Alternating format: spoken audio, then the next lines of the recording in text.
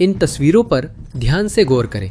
आप एक यूक्रेनी ड्रोन की इंफ्रारेड रिकॉर्डिंग देख रहे हैं जो उड़ान भरते हुए रूसी क्षेत्र के अंदर गहराई तक गया है। अब ध्यान दें, जब कैमरा पास आता है, क्या आप देख रहे हैं वे काले धब्बे जो धड़ और पंखों पर फैले हुए हैं? वे छेद हैं। उनमें से दर्जनों हैं। इस ड्रोन को निशाना बनाया गया। उसे गोली लगी थी। साफ नहीं है कि इसे विमान रोधी गोलीबारी ने मारा या किसी रूसी सैनिक ने जमीन से ऊपर की ओर अपनी राइफल से लगातार गोलियां चलाई, या दोनों ही बातें हुई। लेकिन जो सबसे जरूरी बात है वो ये है, उसे गिर जाना चाहिए था। दुनिया के ज्यादातर ड्रोन गिर जाते, ये नहीं, ये सीधा और मजबूती से उड़ता है। जैसे वो छेद कोई मायने नहीं रखते। ये हैरान करने वाला है। ये वो तस्वीर है जिसे आप 2-3 बार लगातार देखकर समझने की कोशिश करते हैं कि देख क्या रहे हैं, क्योंकि किसी भी वायुसेना के मैनुअल के अनुसार ऐसी चीज जमीन पर टुकड़ों में बिखरी मिलनी चाहिए थी। ऐसा नहीं है, वो उड़ रही है। वीडियो वायरल होते ही सबकी प्रतिक्रिया एक जैसी थी। टिप्पणियां लगातार आ रही थी। ये तो एक दरिंदा है, ये स्विस चीज जैसा है, फिर भी उड़ रहा है। उसने विमान भेदी गोलाबारी की बारिश को ऐसे झेल लिया जैसे कुछ हुआ ही ना हो। लेकिन इसके पीछे की कहानी उससे भी ज्यादा अजीब है जो आपने अभी देखा, क्योंकि यह ड्रोन तो अस्तित्व में होना ही नहीं चाहिए था।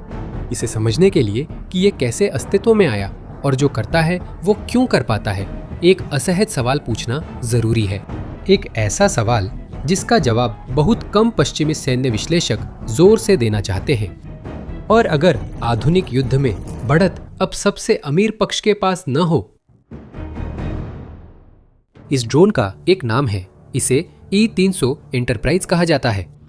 यहीं से वो हिस्सा शुरू होता है जिसकी किसी को उम्मीद नहीं थी, क्योंकि E-300 किसी बड़ी सैन्य उद्योग कंपनी ने डिजाइन नहीं किया था। ये किसी गुप्त रिसर्च सेंटर से नहीं आया। ये किसी यूक्रेनी सरकारी प्रोग्राम से नहीं बना जिसमें अरबों डॉलर लगाए गए हों। इसे एरोड्रोन नामक 2018 में स्थापित एक छोटी कंपनी ने बनाया था। और युद्ध से पहले एरोड्रोन हथियार नहीं बनाती थी, वो सैन्य उपकरण नहीं बनाती थी, वो यहां तक कि निगरानी ड्रोन भी नहीं बनाती थी। एरोड्रोन कृषि ड्रोन बनाती थी, उनमें से जो खेतों में कीटनाशक छिड़कते हैं।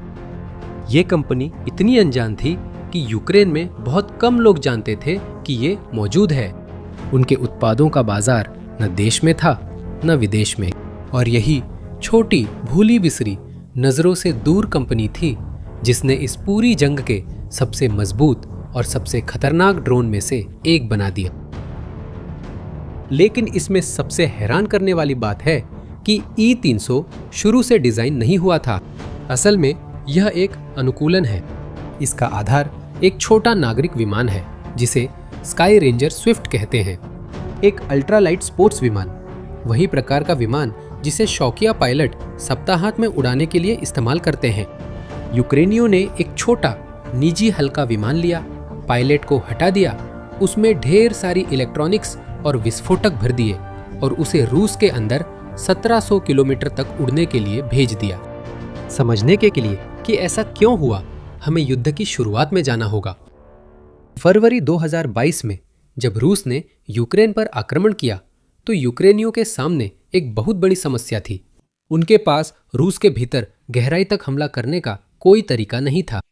यूक्रेन के पास तोपखाना था, कम दूरी की मिसाइलें थी, मोर्चे पर इस्तेमाल करने के लिए टैक्टिकल ड्रोन थे, लेकिन रूसी क्षेत्र के अंदर सैकड़ों या हजारों किलोमीटर दूर के लक्ष्यों को मारने के लिए उसके पास लगभग कुछ भी नहीं था। पश्चिमी सहयोगियों के पास लंबी दूरी की मिसाइलें थी जो यह काम कर सकती थी, लेकिन वे ये हथियार देने से इनकार कर रहे थे। और जब आखिरकार वे देते भी थे तो उसके इस्तेमाल पर पाबंदी लगा देते थे। रूस के अंदर हमला नहीं कर सकते, इसे निशाना नहीं बना सकते, उसे निशाना नहीं बना सकते। यूक्रेन पर एक महाद्वीप जितने बड़े देश द्वारा हमला किया जा रहा था। उसके सबसे महत्वपूर्ण ठिकाने हजारों किलोमीटर की दूरी से सुरक्षित थे। उसे वही जवाबी हमला करने से रोका जा रहा था जहां सबसे ज्यादा चोट पहुंचती। इसलिए समाधान अंदर से ही आना था और इसी शून्य को एरोड्रोन ने भरा। कंपनी ने शून्य से शुरुआत नहीं की थी।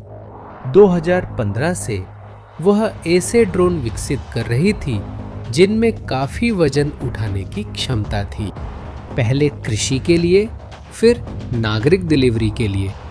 2017 में उसने एक प्रोटोटाइप लॉन्च किया जो 60 किलो वजन उठा सकता था, और यह अनुभव युद्ध के बारे में किसी के सोचने से कई साल पहले कंपनी की सबसे कीमती संपत्ति साबित हुआ, क्योंकि 60 किलो कीटनाशक उठाना इंजीनियरिंग के लिहाज से 60 किलो विस्फोटक उठाने से ज्यादा अलग नहीं है।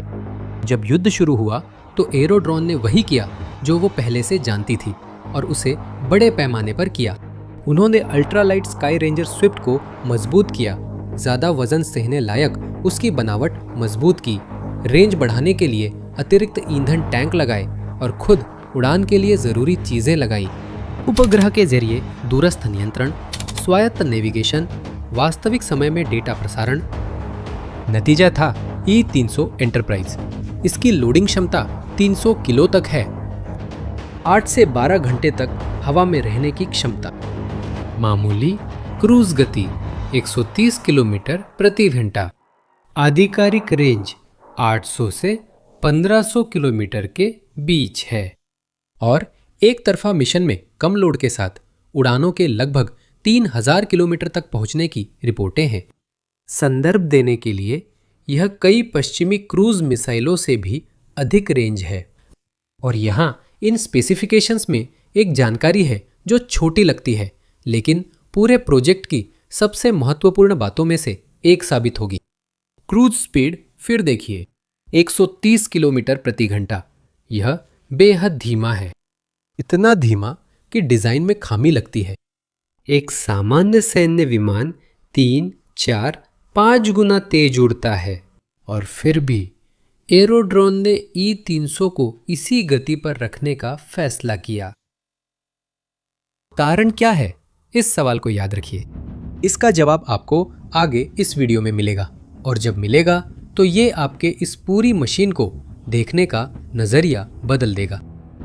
इस प्रोजेक्ट की एक और खास बात है, E-300 को मूल रूप से एरोड्रोन द्वारा एक ट्रांसपोर्ट यानी माल ढोने वाले ड्रोन के रूप में पेश किया गया था। ये चीज मोर्चे पर सामान पहुंचाने, घायलों को निकालने और सप्लाई ले जाने के लिए थी। गहरे हमले वाला वर्जन बाद में, और वह भी बहुत जल्दी आया। मार्च 2023 में एरोड्रोन ने यूक्रेन के रक्षा मंत्रालय के साथ अनुबंध पर हस्ताक्षर किए। सीरियल उत्पादन शुरू हो गया, और 1 साल से भी कम समय में E-300 उन जगहों पर दिखने लगा जहां रूस ने कसम खाई थी कि कभी हमला नहीं होगा।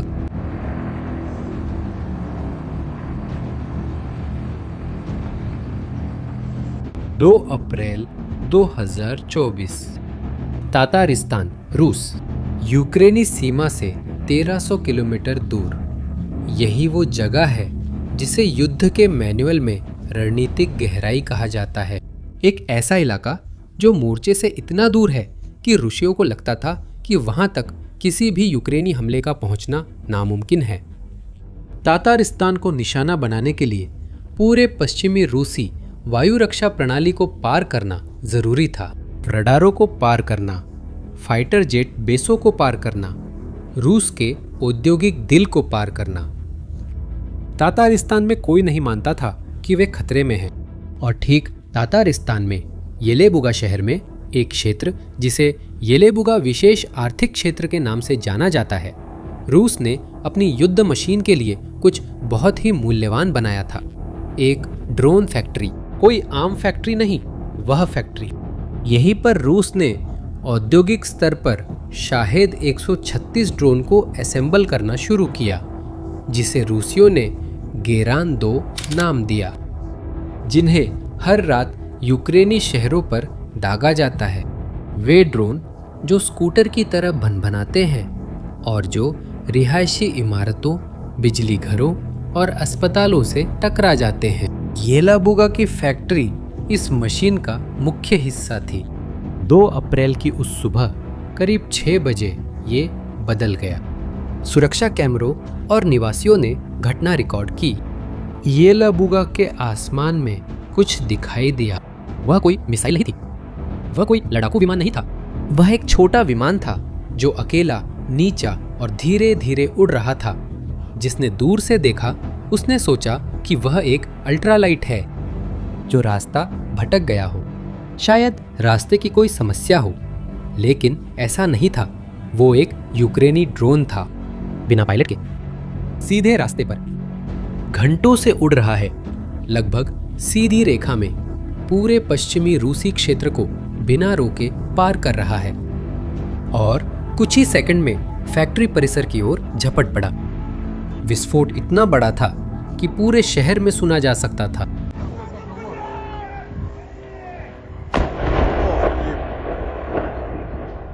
इस युद्ध के इतिहास में पहली बार रूस पर सीमा से 1000 किलोमीटर से भी अधिक दूर हमला किया गया था।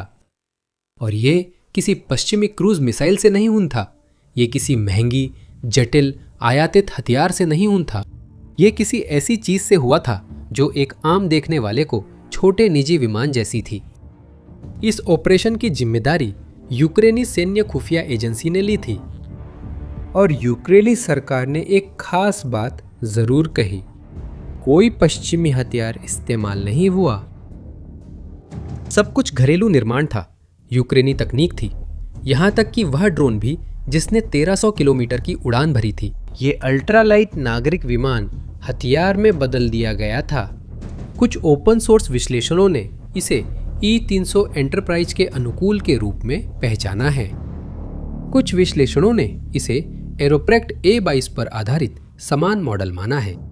किसी भी हाल में यह पहली बार था जब इस तरह के प्लेटफॉर्म यानी लंबी दूरी की हथियारों में बदले गए नागरिक विमान ने रूस के अंदरूनी हिस्से में किसी लक्ष्य को निशाना बनाया। और E-300 इस नई श्रेणी का सबसे प्रसिद्ध उदाहरण बन गया। येलाबुगा पर हमला तो बस शुरुआत थी। अगले कुछ हफ्तों में रूस ने जाना कि उसका सुरक्षित स्थान अब खत्म हो चुका है। यूक्रेन के E-300 और अन्य लंबी दूरी के ड्रोन जो इसके बाद सामने आए, वे रूस के और भी भीतर तक पहुंचने लगे। अछूती मानी जाने वाली येलाबुगा की फैक्ट्री बार बार निशाना बनने लगी। इसे फिर मई 2025 में और फिर जून 2025 में निशाना बनाया गया। रूसी शाहेद की उत्पादन क्षमता, जिसे सालाना 8000 यूनिट्स तक पहुंचना था, नियमित रूप से बाधित होने लगी। लेकिन सैन्य विश्लेषकों को चौंकाने वाला हमला अभी बाकी था। 2025 में यूक्रेनी विमान जैसे ड्रोन यूक्रेन से पूर्व की ओर उड़ान भरते हुए रूसी सीमा पार कर गए, सैकड़ों किलोमीटर गहरे रूसी क्षेत्र में घुस गए, उन इलाकों से गुजरे जहां रूसियों का दावा था कि उनकी वायु रक्षा अभेद्य है, और वे लगातार उड़ते रहे। जब वे आखिरकार अपने लक्ष्य पर झपटे, तब तक वे लगभग 1500 किलोमीटर उड़ चुके थे, जो रूसी क्षेत्र में अब तक की सबसे गहरी घुसपैठों में से एक थी। लक्ष्य था गजप्रोम नेफ्टेखिम सलावत, जो बशकोरतोस्तान में स्थित एक विशाल पेट्रोकेमिकल परिसर है। यह इलाका यूराल पहाड़ों के पास रूस के यूरोपीय क्षेत्र के अंत में स्थित है, ऐसी जगह जहां सैन्य विश्लेषक नहीं सोच सकते थे कि यूक्रेनी ड्रोन पहुंच सकता है। रूसी विश्लेषणों ने इस और अन्य लंबी दूरी के हमलों को विशेष रूप से E-300 एंटरप्राइज से जोड़ा है। कुछ रिपोर्टों में तो कुछ मिशनों में लगभग 1700 किलोमीटर की उड़ान का अनुमान भी लगाया गया है। और आपको वो सवाल याद है जो पहले खुला रह गया था कि आखिर एरोड्रोन ने इतनी धीमी परिभ्रमण गति यानी सिर्फ 130 किलोमीटर प्रति घंटा पर क्यों जोर दिया? यहाँ यही है जवाब। आधुनिक वायु रक्षा रडार ज्यादातर डॉपलर प्रकार के होते हैं। ये चलते हुए लक्ष्यों से परावर्तित आवृत्ति में बदलाव को मापकर काम करते हैं। जितना तेज लक्ष्य चलता है, उसकी पहचान रडार पर उतनी ही स्पष्ट होती है। लेकिन इसकी एक निचली सीमा होती है। जब कोई चीज़ बहुत धीरे उड़ती है तो रडार उसे शोर की तरह फिल्टर कर देता है, जैसे कोई पक्षी हवा में उड़ती पत्ती या कुछ भी नहीं। E-300 इसी का फायदा उठाता है। वो ठीक उसी गति सीमा में उड़ता है जो रडार को भ्रमित कर देती है। ये भूत की तरह है जो मौजूद है, लेकिन डिटेक्शन सिस्टम्स उसे अनदेखा करने के लिए प्रोग्राम किए गए हैं। 300 की धीमी गति कोई कमी नहीं बल्कि फायदा है। रूस की प्रतिक्रिया इसे समझकर खुद को ढालने की कोशिश करना थी। अक्टूबर 2025 में यूक्रेनी सूत्रों ने रूसी व्यवहार में बदलाव की रिपोर्ट दी।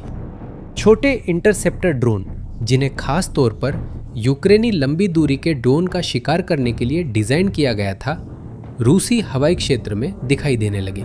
रूसियों ने समझ लिया था कि महंगे मिसाइल और पारंपरिक वायु रक्षा प्रणालियां एक ऐसे विमान के खिलाफ बेकार हैं जो नीचे और धीरे धीरे उड़ता है और इसकी लागत बहुत कम है। रूसी समाधान सीधा था, यूक्रेनी ड्रोन को मार गिराने के लिए अपने खुद के ड्रोन बनाना। यही वही तस्वीरें फिर लौटती है जो वीडियो की शुरुआत में थी। याद है वो ड्रोन जिसमें कई छेद थे और जो रूसी क्षेत्र में गहराई तक गया था? वो एक E-300 है। और वो इंफ्रारेड कैमरा जिसने उस ड्रोन के पास आने की रिकॉर्डिंग की थी, वो किसी आम एयर डिफेंस टीम का कैमरा नहीं था, बल्कि वो एक रूसी इंटरसेप्टर ड्रोन में लगा हुआ कैमरा था। आसमान में E-300 का शिकार करते हुए उस पर एक के बाद एक गोलियां बरसाई और फिर भी दर्जनों वार के बाद भी उसे गिरा नहीं सके। यही वो दरिंदा है जिसके लिए रूस ने एक नया जवाब तैयार किया है। उसका शिकार करने की कोशिश कर रहा है, लेकिन अब तक कामयाब नहीं हो पाया है। क्या आपको वीडियो की शुरुआत का असहज सवाल याद है? और अगर आधुनिक युद्ध में बढ़त अब सबसे अमीर पक्ष के पास न रहे तो? E-300 इस सवाल का पहले ठोस जवाबों में से एक है, और ये उस बात का सबूत है जिसे दुनिया की बहुत कम सेनाएं मानना चाहती है। कभी कभी भविष्य का युद्ध वह पक्ष नहीं जीतेगा जिसके पास सबसे महंगी तकनीक है, बल्कि वह जीतेगा जो सबसे जल्दी सीखता है। अगर विश्लेषण पसंद आया हो तो लाइक करें, इससे चैनल को मदद मिलती है। और यहाँ सब्सक्राइब करें ताकि आप आधुनिक युद्ध में हो रहे बदलावों की अगली कहानियां मिस न करें। अगली बार मिलते हैं।